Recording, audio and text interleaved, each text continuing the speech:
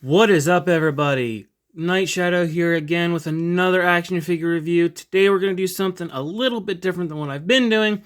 We're going to be taking a look at the Transformers Studio Series 86 Transformers the Movie Commander Class Optimus Prime. And I'm just going to preface this by saying this video is pretty much going to be a massive glaze fest because I absolutely love this figure. This figure is probably, in my opinion, the best mainline like Takara Hasbro G1 style Optimus Prime we've ever gotten. I have a couple little nitpicks here and there, just some small kind of stuff, nothing too crazy, but I do genuinely love this figure. This figure feels like a masterpiece in a mainline. You get so much detail, so much articulation, and the transformation is fun. It's intuitive. It's not too drawn out and complicated. It's just an amazing figure. Now, before we jump into this, we're gonna take a look at the packaging here. So climb back a little bit that low. And you can see some great artwork on the box. This classic scene from the movie where he jumps in and just starts frying Decepticons. You can kind of see some product shots there of him with the base mode and an alt mode. Then on the back, we got more product shots. You can see the little like roller and the anti-aircraft gun thing.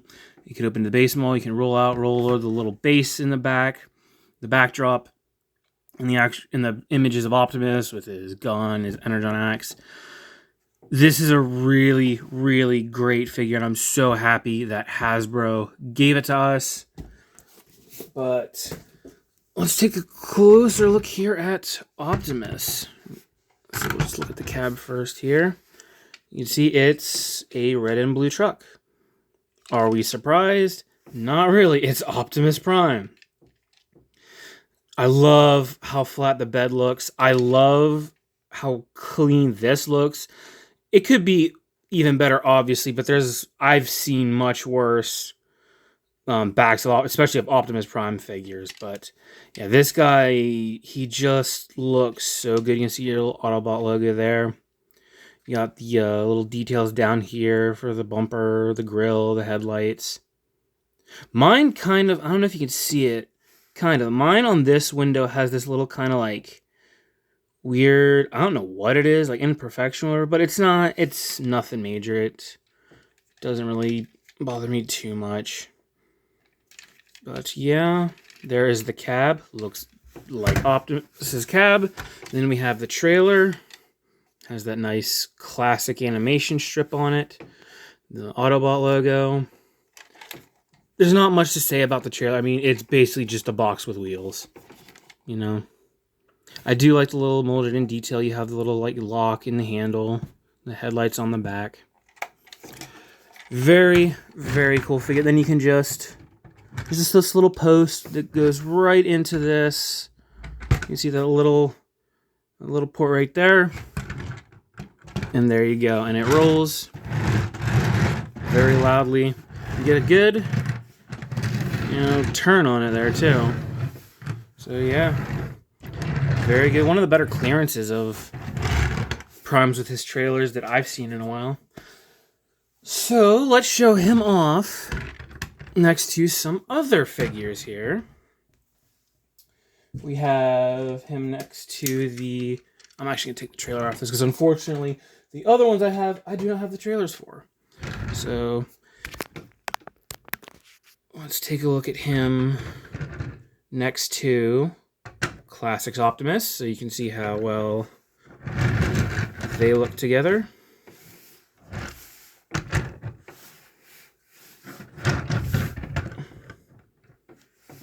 Man, it's kind of crazy. This is a Commander and this is a Voyager from what, like 2005? And they're almost the same size. Kind of crazy how times have changed.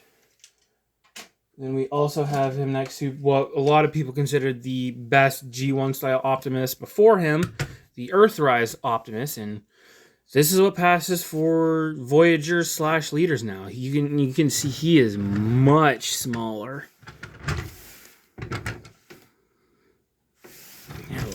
much smaller. But I mean, I guess that does make sense. This is supposed to be a commander class, and this would be a Voyager, but I don't know, even for modern Voyagers, it feels really tiny to me.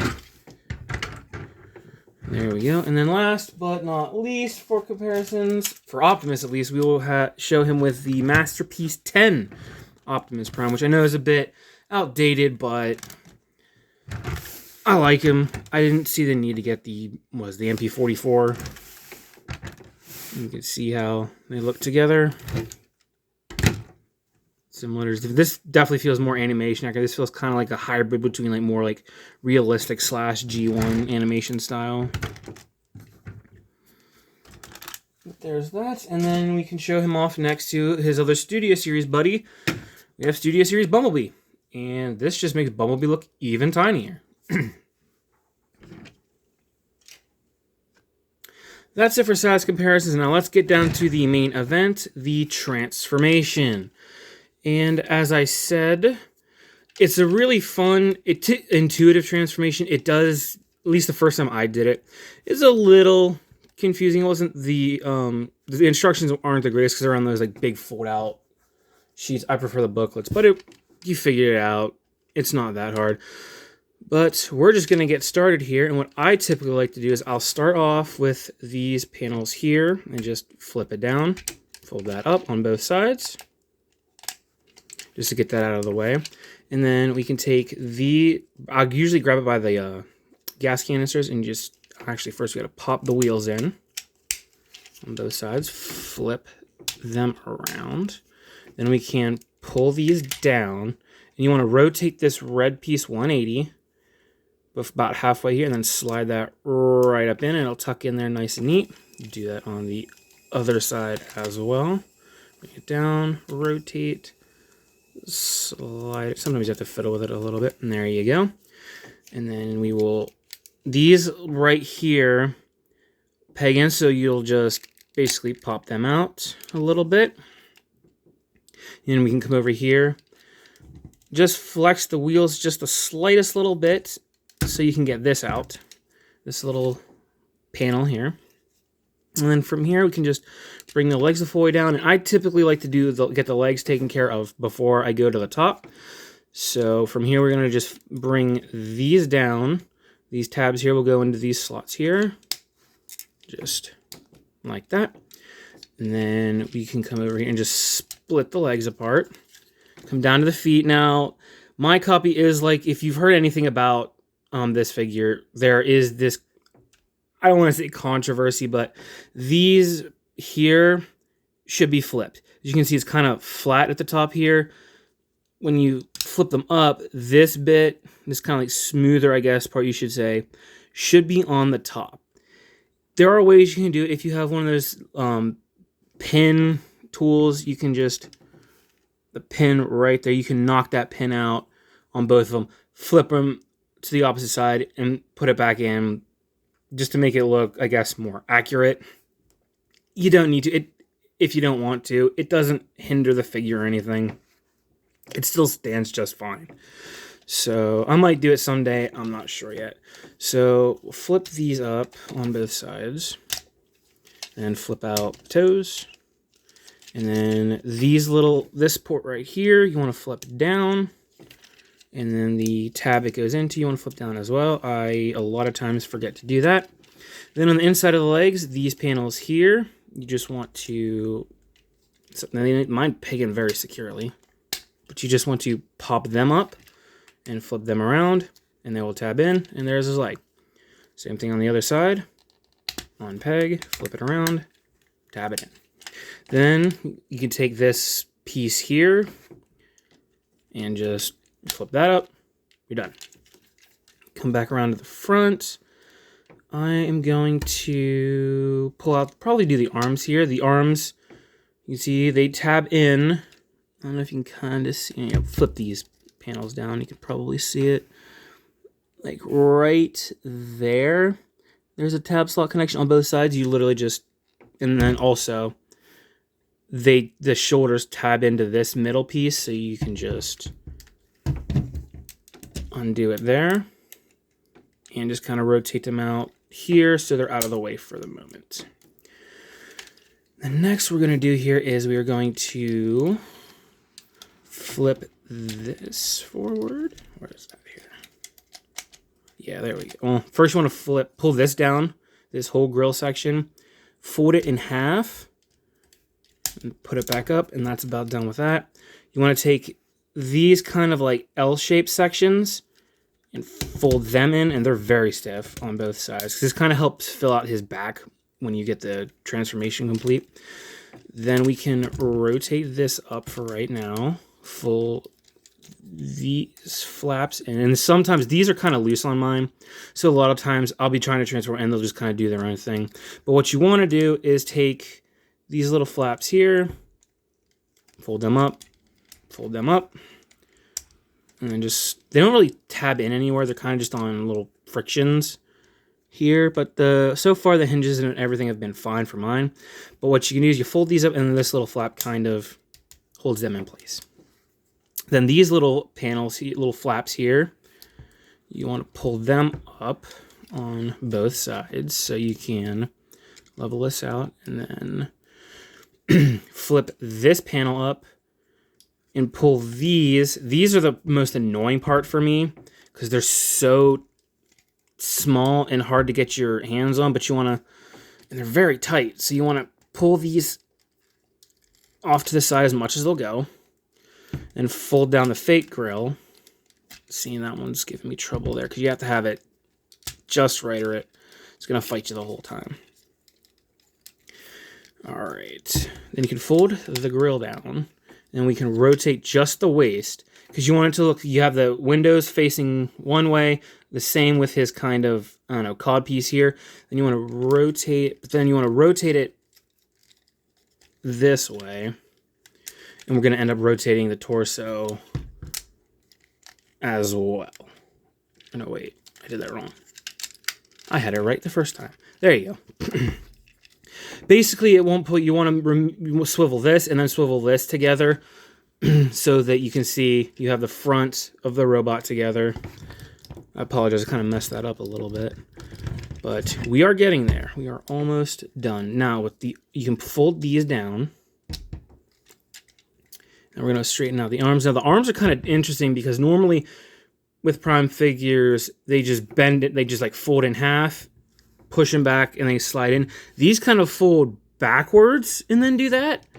So we're going to straighten them out and then rotate them on both sides, flatten them down, rotate them, and then you just come here, undo this little panel, flip out the fist, and close that up.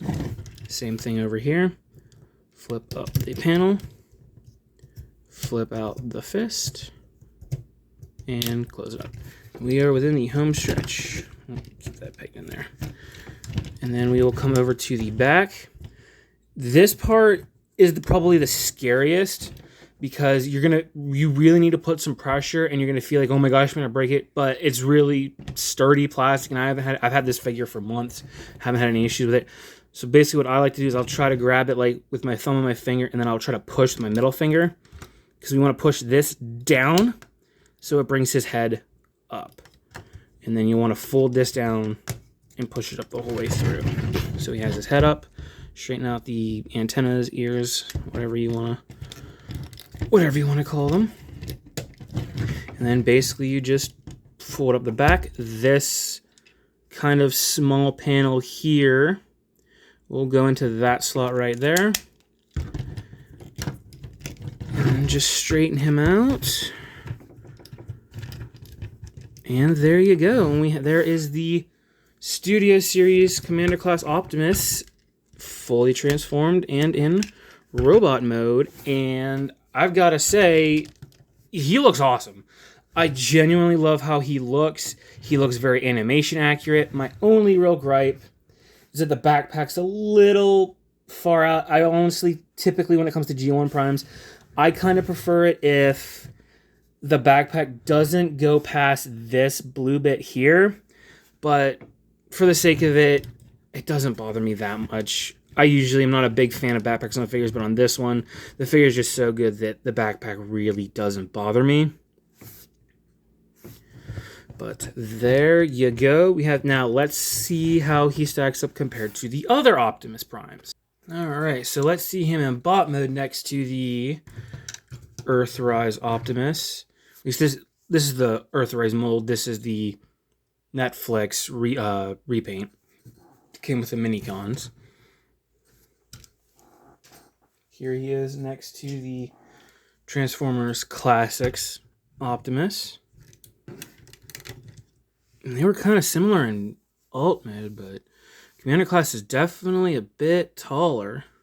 That's interesting.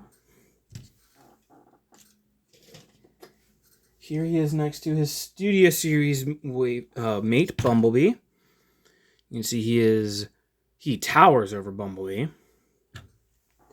And here he is next to probably the closest thing we have to a Studio Series Megatron right now. Hopefully the rumors of us getting one at the end of the year, early next year, are true. Here he is next to the Siege Megatron. And yeah, Optimus is definitely, you can see, like, he is way too tall. I prefer my Megatrons to be taller than my Optimus, but still a good figure. But we definitely need a Studio Series Megatron. And here he is next to the MP10 Optimus, and you can see he's a big boy. There is a very big size difference there. This figure still holds up. For being as old as it is, it still holds up really well. Still a really, really good figure. Alright, now we're going to get into accessories. And basically, I consider the trailers for Optimus Prime as one big accessory because it kind of is. It doesn't really do much anything else except housing his other accessories and just making the truck mode look complete. So what you can do is you can take these little bits here, rotate them out, and then you rotate these forward. Do that on both sides so that the trailer can stand up better. Now, he also does have opening door, and you can, in fact, put some other Transformers and whatnot in there. Bumblebee will definitely fit in there.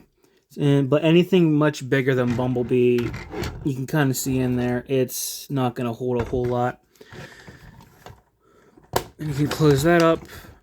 Pull this bit right here, the back tail lights.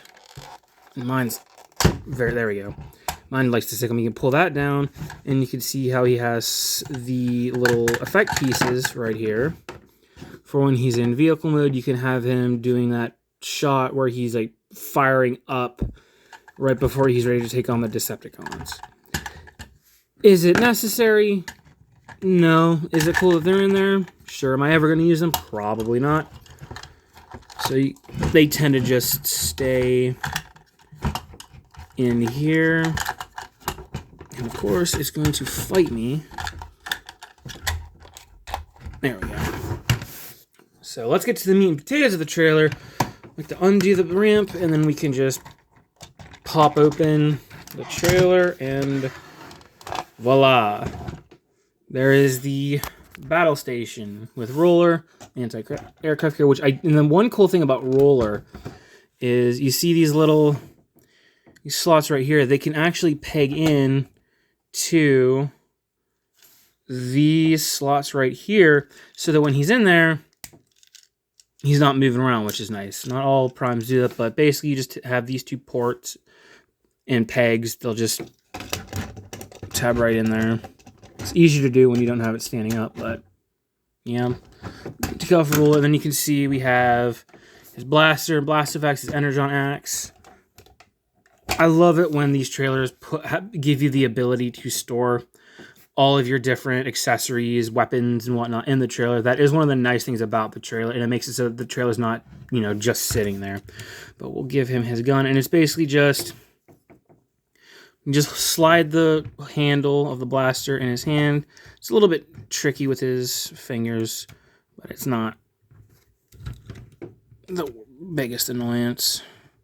One of my few issues with this figure, other than, like I mentioned, the back before, is you can see that handle is very small, and it doesn't really go that far in there. Like, you can see this little like sculpted in bit underneath his thumb to hold it. That's where it stops, and his fingers are curled up underneath it, and that's it. There are some times where like you can like it's not the most secure grip, and you can just fall out half the time. So that's probably my only other gripe with the figure is how the hands are done. Or rather the blaster. The hands are fine. The blaster's handle just should have been a lot longer. But we can also take his hand. Actually, here. There we go. Ball it up. Make sure. And then basically just go back like you're trying to transform it. You take his Energon Axe. And plug that on. And he is ready to dice up some Decepticons. And as far as Energon Axe connections go, this is one of my more preferred ones. I like this. It holds very well. It's a very snug connection. It's not like after a while, yeah, it'll do it, but you know, you actually have to keep on it for a bit before it'll actually pop out. It's not just gonna, you know, yeah, like it's sturdy. It's in there. It's not gonna come out, which I do like. I do appreciate that. And then I want to make sure, because when you put this back, you have to put it back a certain way. You have to put it upside down, as you saw, with the top part of it facing down. And then I don't know if you can see it in there, but let me move Optimus out of the way. There is, yeah, right there above where my finger is. Here, there's this little port. So you can just, and this is a little bit tricky. You want to make sure. Yeah, all right, you can see right there, there is a hole that you can just essentially line it up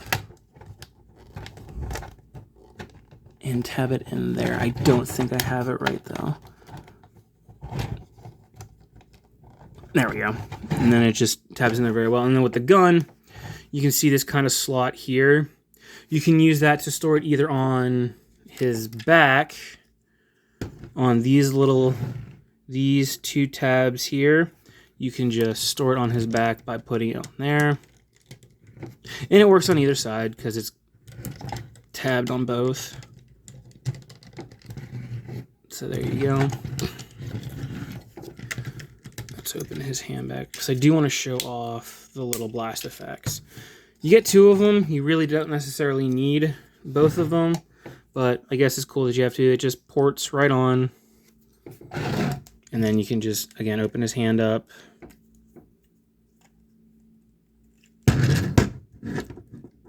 Put it in there. And he's actually shooting, which is pretty cool. Definitely a little warped, but, you know, it is what it is. Not the biggest deal. I'm not going to be that upset about it. And then it's just like the Energon Axe. You can kind of see here that little port connection there. You just line it up and just peg it right back in. Not the easiest thing to do. Kind of gets annoying, but since it's a flexible kind of rubbery plastic, it's not the worst. And then with the gun,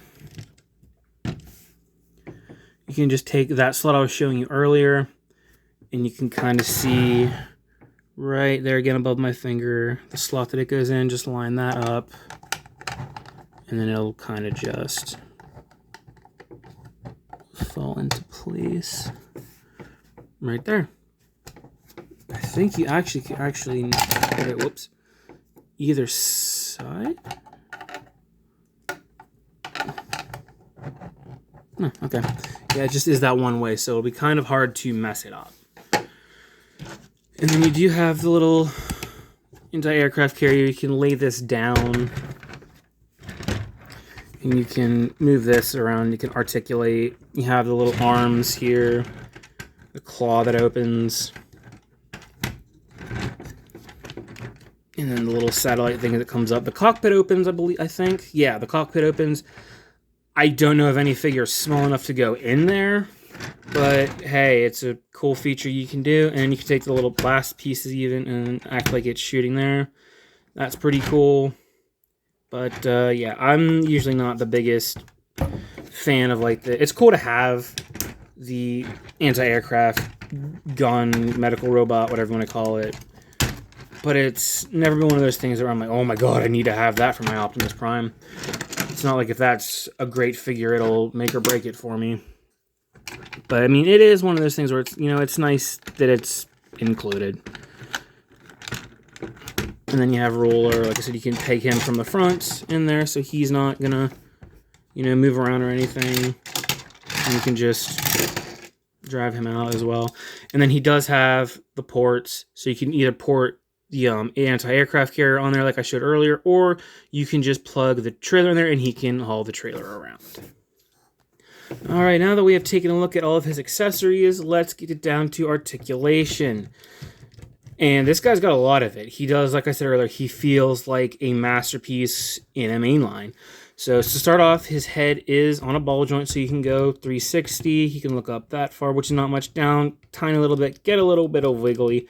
It's not the best. His arms can extend the full way out, full rotation, bicep swivel, a bend of the elbow, which is about 90 degrees. You have wrist rotation, and then his hands. His first finger is articulated individually, as you can see there, a little bit, and then his other 3 fingers are one piece together, and they move together, as you can kind of see there. Then he does, in fact, have waist swivel. It's very tight, very secure, which is nice, so he won't be flopping around. I can't stand it when figures have a loose waist swivel. It makes them less fun to deal with. He doesn't really have an ab crunch, which is a little unfortunate, but it's not the worst. It doesn't bother me too much. These skirts can move front and the back, so he can extend his leg fully that far and go back the whole way.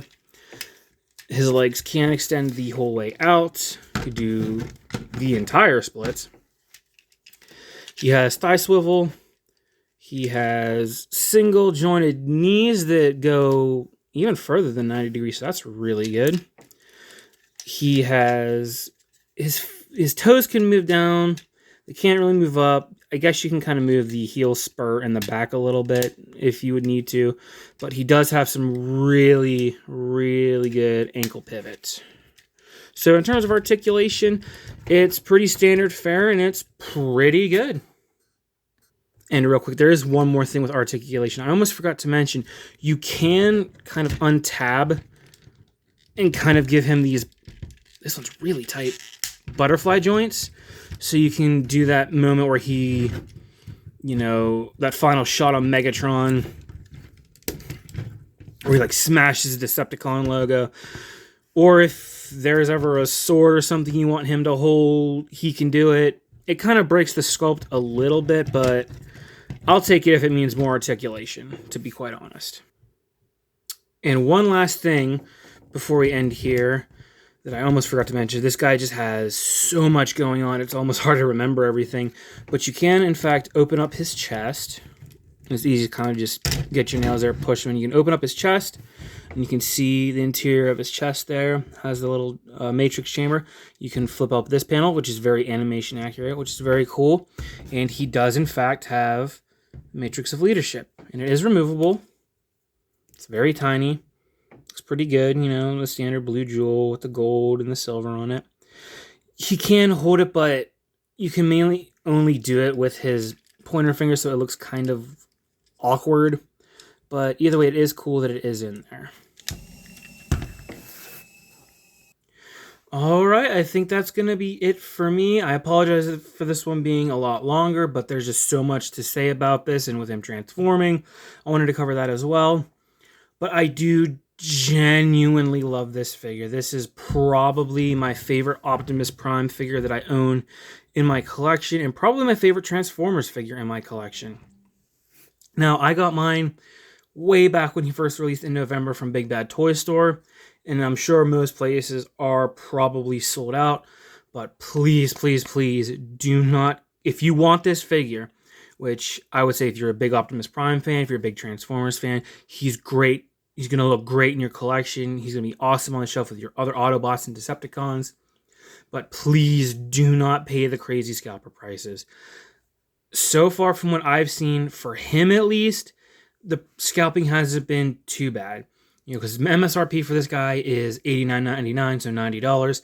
I've been seeing them mainly around 100 to 120, which honestly I would still pay for this figure. He's that good. But once you start getting to 150 and higher, then I'd be like, nope, that's ridiculous. That's like with the Studio Series Ultra Magnus that thankfully Hasbro is reissuing later on this year. He is going for $220 to $400 on the aftermarket, and he's another $89.99 figure. So just be on the lookout for that. Be aware of that.